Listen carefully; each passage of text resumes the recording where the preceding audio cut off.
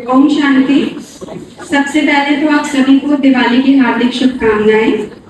तो मुझे ज्ञान में आए ज्यादा टाइम तो नहीं हुआ, पर मैं ज्ञान में कैसे आई और मुझे बाबा ने कैसे टचिंग दी, मेरे कुछ अनुभव मैं आप सबसे आज शेयर करना चाहती हूँ।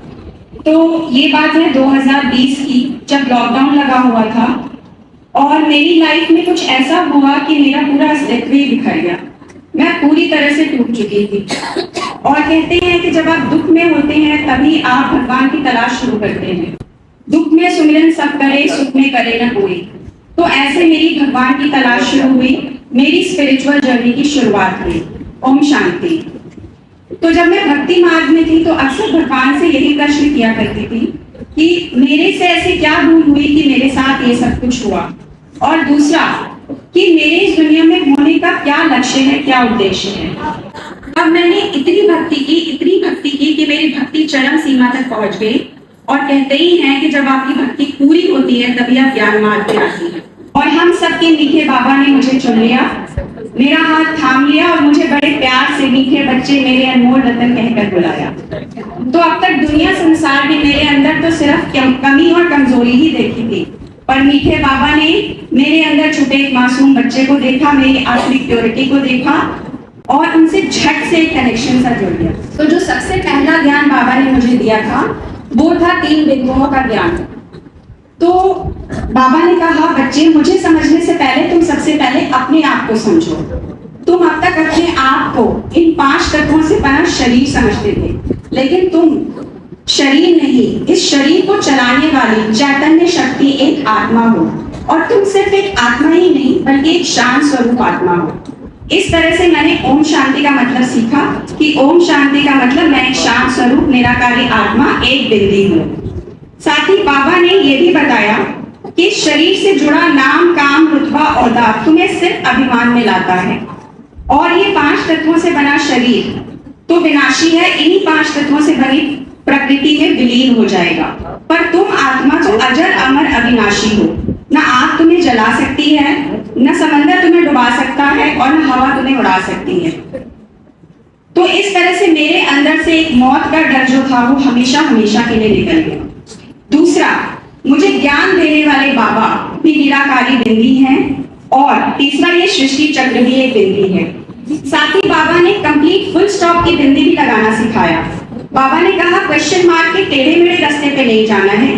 क्यों हुआ, क्या हुआ, कैसे हुआ, कब हुआ, इन सब में पढ़कर अपना टाइम वेस्ट मत करो, बल्कि कंप्लीट फुल स्टॉप लगा दो। फुल स्टॉप लगाना तो कितना आसान होता है। जो हुआ वो भूतकाल की चीजें, उन्हें पकड़कर मत रखो, भूतों की तरह होती हैं भूतकाल की चीजें, उन्हें छोड़ दो, जाने दो, लेट गो कर दो।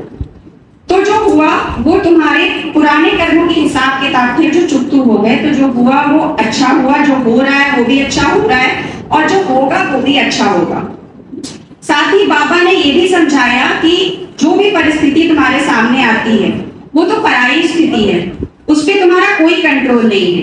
परिस्थिति के वशीभूत नहीं होना है, बल्कि अपनी स्वस्थिति, अपनी आत्मिक स्थिति को इतना अचल, अडोल, स्थिर, एकरस, पावरफुल बना लो कि हर परिस्थिति तुम्हारे सामने छोटी लगने लगे और तुम उस पर विजय पा लो। तो इस तरह बाबा ने मुझे बेफिक्र बादशाह बना दिया और कहा कि तुम उदासी को अपना दासी बना लो। तुम इतने उमंग उत्साह में रहो हमेशा कि लोग तुमसे खुद आकर पूछे कि आपको ऐसा क्या मिल गया है कि आप इतने आनंद में रहते हैं। तब तुम उन्हें भी बाबा का परिचय दो कि जिस यूनिवर्सिटी में हम पढ़ रहे हैं उस यूनिवर्सिटी के सद्गुरु, सत्शिक्षक स्वयं सर्व आत्माओं के परमपिता परमात्मा शिव हैं। शिव अर्थात जिनका शव न हो, जिनका देह न हो, निराकारी हो, वो हमें पढ़ा रहे हैं। तो हम क्यों न प्रसन्न रहे। उन्हें हम बड़े प्यार से बाबा कहते हैं। बा यानी माँ, और 2 बार बाबा यानी जो माँ से भी डबल प्यार दे।